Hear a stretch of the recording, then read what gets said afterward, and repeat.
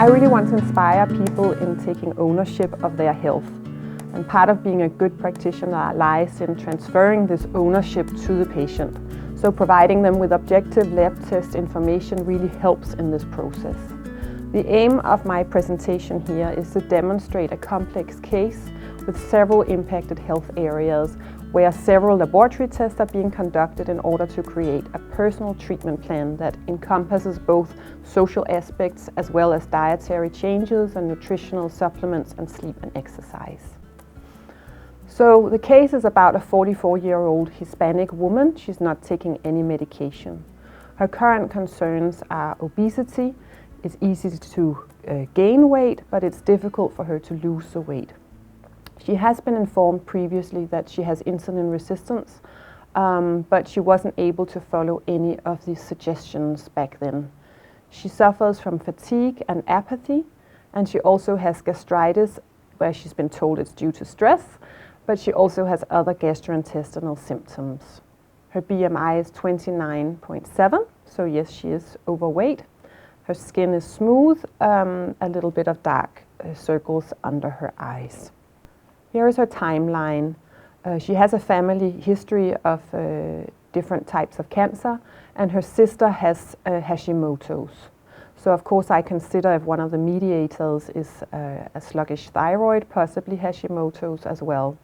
But for sure some form of excessive intake of calories compared to expenditure and how much she moves and so on. As you can see on her timeline, her symptoms comes in clusters over time. On her matrix, there's a very clear web. There's a lot of symptoms that relate to defense and repair, a lot of symptoms in regards to assimilation, and also in communication with where the insulin resistance, of course, takes a big toll there. She sleeps quite well, but her exercise is really poor. She eats too much starch and too many sweets. She's very stressed. She's a busy mother, a busy lawyer. So that, of course, has impact on how she chooses to eat and exercise. Her own family lives in Mexico, but she lives in Europe together with her husband and family. So at the first consultation, we need to put together an action plan. And for this, of course, I want to use some laboratory tests because I want to get this information about her and understand her better. So I go to Nordic VMS and I choose different laboratory tests. I choose a cardiometabolic test that's looking at both cholesterol and insulin levels. I choose a thyroid test. I choose a GI map, so a stool test. And I choose Organics Comprehensive to look at her mitochondrial function. And I choose a vitamin D test. I also encourage her to start up on Prolon, which I can order in Nordic VMS as well for her. It's a fasting mimicking diet plan based on the research from Valter Longo, as well as going for walks, make sure she gets enough sleep, and then when she's not on Prolon, that she try to focus on a lot of vegetables. At the second consultation, there's things she hasn't in action, so her walks didn't get going. She did sleep well, and she did actually Prolon twice, so that's really nice. And then in between Prolon, she followed the ideas about a lot of vegetables and to eat between 12 and 7 in the evening. So her test results show that her thyroid is a little suboptimal. We can call it sluggish.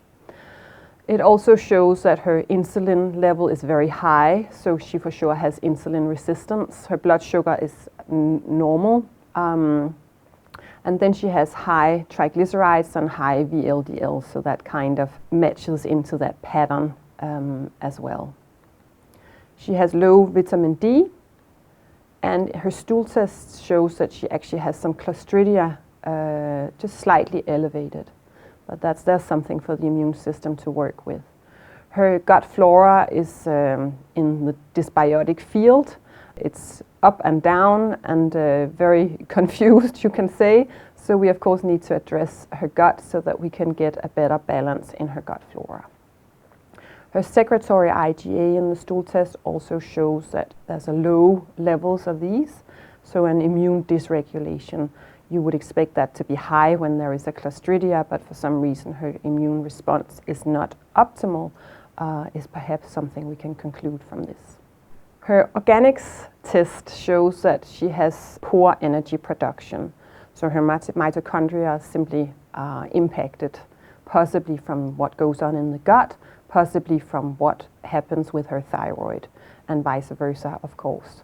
It shows she has vitamin B deficiencies, especially thiamine and B6, but also folate deficiency. We also see markers of high quinolinate and picolinate, so markers of activated immune response, inflammation and immune stimulation as well. So based on these test results, I of course need to make an action plan, and I dig into Nordic VMS to get some supplements, because they're going to be the crutches to support her biochemistry to get back into balance. I choose berberine for her gut and her insulin resistance. I use probiotics as well. She needs the B vitamins, and she for sure needs the vitamin D as well. I make a prescription on VMS for her that ends up looking like this at the patient's side, very structured, very neat. She gets it on email as soon as I've done my prescription for her.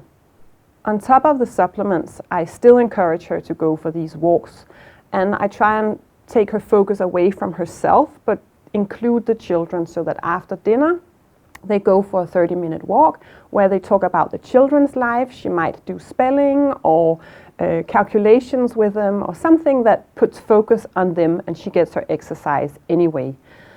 Still carry on with her good sleep, and still carry on with Prolon, and when not on Prolon, of course, follow like a low-carb diet with lots of vegetables.